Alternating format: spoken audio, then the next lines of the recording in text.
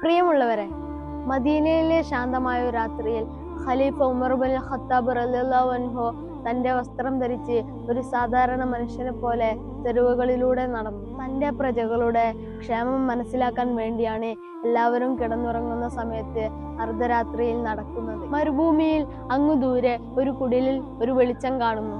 ഉമർ റളിയല്ലാഹു അൻഹു ആ കുടിൽ ലക്ഷ്യമാക്കി നടന്നു. ആ കുടിലിൽ ആരെങ്കിലും രോഗങ്ങൾ കൊണ്ടോ മറ്റോ പ്രയാസപ്പെടുന്നുണ്ടോ ആവോ. ഉമർ റളിയല്ലാഹു അൻഹു പുറത്തു നിന്ന് ശ്രദ്ധിച്ചപ്പോൾ ആ വീട്ടുകാർ ക്ഷീരകർഷകരായിരുന്നു. ആ വീട്ടിലെ ഉമ്മ മകളോട് പറയുന്നു, കുറച്ചു വെള്ളം പാലിൽ ചേർക്കുമോളെ, എന്നാലേ നമുക്ക് ലാഭം ഉണ്ടാവുകയുള്ളൂ. അപ്പോൾ മകൾ പറയുകയാണ്, ഖലീഫ അറിഞ്ഞാൽ പ്രശ്നമാകും.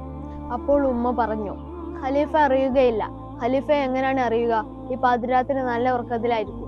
മകൾ പറയുകയാണ്, അള്ളാഹു അറിയില്ലേ ഉമ്മ. ഇത് കേട്ട് ഖലീഫ വീട്ടിലേക്ക് മടങ്ങി. പിറ്റേ ദിവസം എല്ലാവരെയും പള്ളിയിൽ ഒരുമിച്ച് കൂട്ടി സംഭവങ്ങളെല്ലാം വിശദീകരിച്ചു.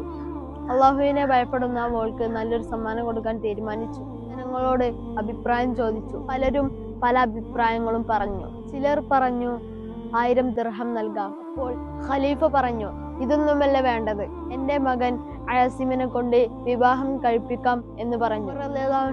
മറ്റൊരു യാത്രയിൽ ഒരു ആട്ടിടയനെ കണ്ടുമുട്ടുന്നു. അയാളെ ഒന്ന് പരിശോധിക്കാം എന്ന് തോന്നി.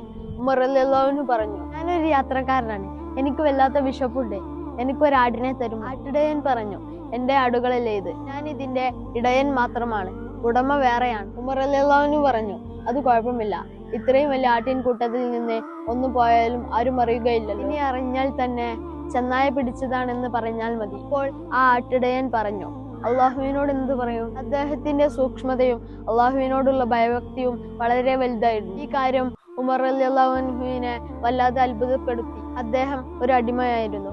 ഉമർ റളിയല്ലാഹു അൻഹു യജമാനിൽ നിന്ന് വില കൊടുത്തു വാങ്ങി അദ്ദേഹത്തെ സ്വതന്ത്രനാക്കി. പ്രിയമുള്ളവരെ, നാം എപ്പോഴും സൂക്ഷ്മതയുള്ളവരും അള്ളാഹുവിൽ ഭയഭക്തിയുള്ളവരും ആവണം. എന്നാൽ നമുക്ക് ഇരു വീട്ടിലും വിജയം ഉറപ്പാണ്.